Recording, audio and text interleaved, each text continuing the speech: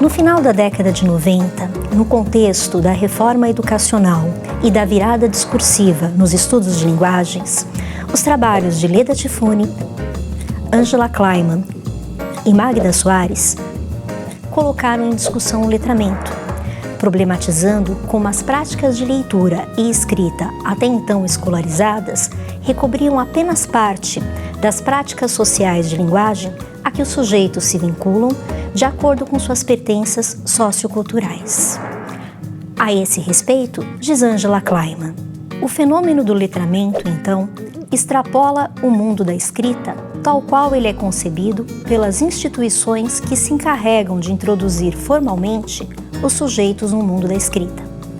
Pode-se afirmar que a escola, a mais importante das agências de letramento, preocupa-se não com o letramento prática social, mas com apenas um tipo de prática de letramento, a alfabetização, o processo de aquisição de códigos alfabético-numérico. Processo geralmente concebido em termos de uma competência individual, necessária para o sucesso e promoção na escola. Já outras agências de letramento, como a família, a igreja, a rua como lugar de trabalho, mostram orientações de letramento muito diferentes. Angela Kleiman, em Os Significados do Letramento, uma nova perspectiva para a prática social da escrita.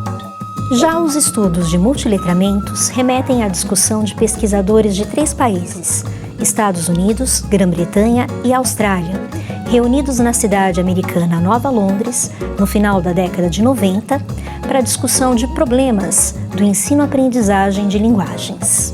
A discussão dessa vertente de estudos por Roxane Rojo entre nós pode ser significada como um gesto de retomada da continuidade investigativa no sentido de superarmos o fraco letramento escolar, que investia apenas em habilidades de leitura e escrita em um caráter de instrumentalização. Para o grupo de Nova Londres, as formas de interação trazidas pelas novas tecnologias e a pluralidade cultural de seus estudantes convocam a escola a repensar o seu currículo, tornando-o sensível à diversidade de linguagens e visões de mundo que a cercam.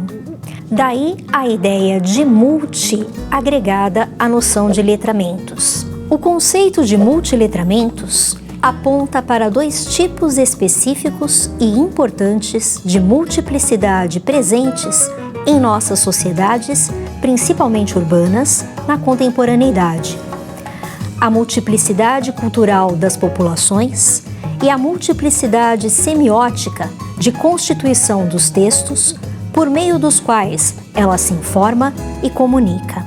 Roxane Rojo, em Multiletramentos na Escola. Sabemos o quanto há de complexidade cultural no Brasil desde o processo de colonização, envolvendo formas de aculturação, mas também de resistências, passando pelo processo desigual de modernização que deixou muitos grupos às margens de tecnologias básicas, como a da própria alfabetização. Por outro lado, isso gerou uma tradição de cultura oral riquíssima. Quanto aos novos modos de interação trazidos pelas novas tecnologias, estamos vivendo nesse momento um incremento vertiginoso de entradas de pessoas na internet. Quase metade da população brasileira já está conectada, e dessa parcela, a maioria é de jovens. Sabemos que esse acesso não significa necessariamente inserção crítica. Tampouco o fluxo maior e mais veloz de informações signifique prontamente produção de conhecimento. O currículo escolar ainda não espelha essa realidade, tanto de mais sensibilidade à pluralidade cultural, como a esse incremento das interações via as novas tecnologias. Por essa razão, faz-se tão necessária a discussão sobre os multiletramentos na escola. Sintetizando estudos, Rojo defende que os multiletramentos têm algumas características importantes. Eles são interativos, mais que isso, colaborativos.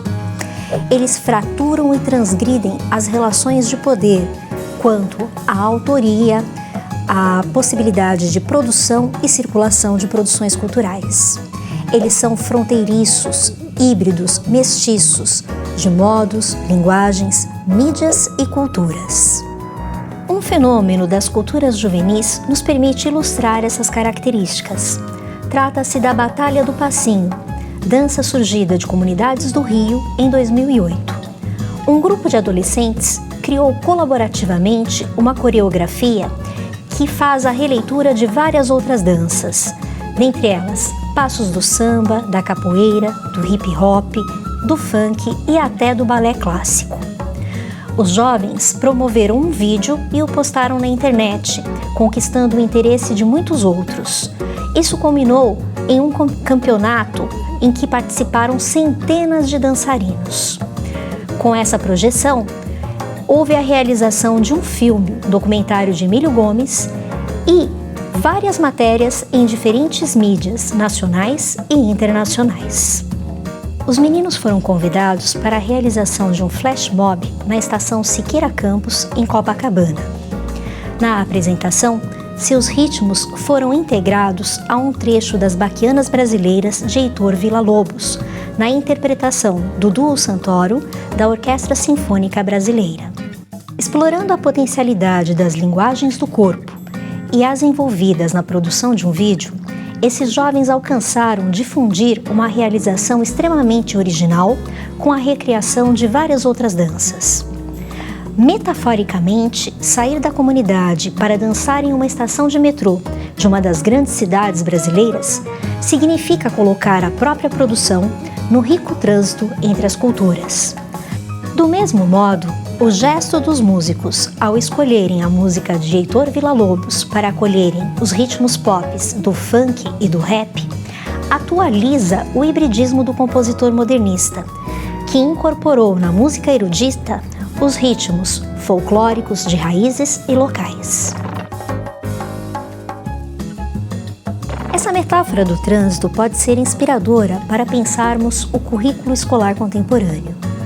Que textos, de que linguagens, em que gêneros contemplar?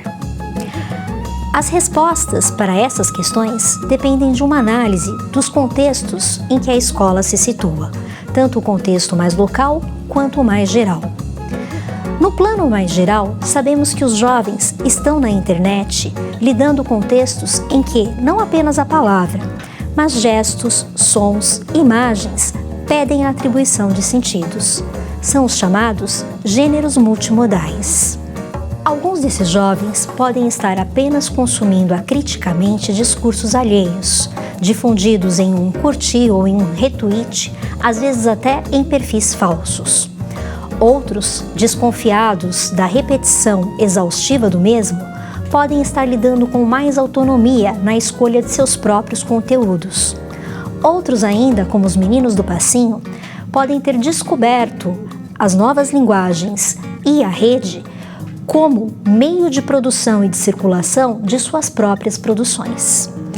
Em outras palavras, podemos ter leitores críticos, leitores ingênuos e produtores textuais nesse contexto das novas linguagens e das novas tecnologias. Assim, formar leitores e produtores textuais na escola requer um trabalho responsável com textos de gêneros em que predomine o verbal, mas também em que haja a multimodalidade e a referência às diversas culturas, inclusive as locais. E se para nós, educadores, há o desafio de não sermos nativos digitais, vale lembrar que a colaboração é uma das características mais interessantes dos multiletramentos. Por essa razão, a diferença de domínio das linguagens trazidas pelas novas tecnologias pode ser um vínculo bastante interessante entre professores e estudantes nesse trânsito entre saberes, conhecimentos e culturas que é a escola.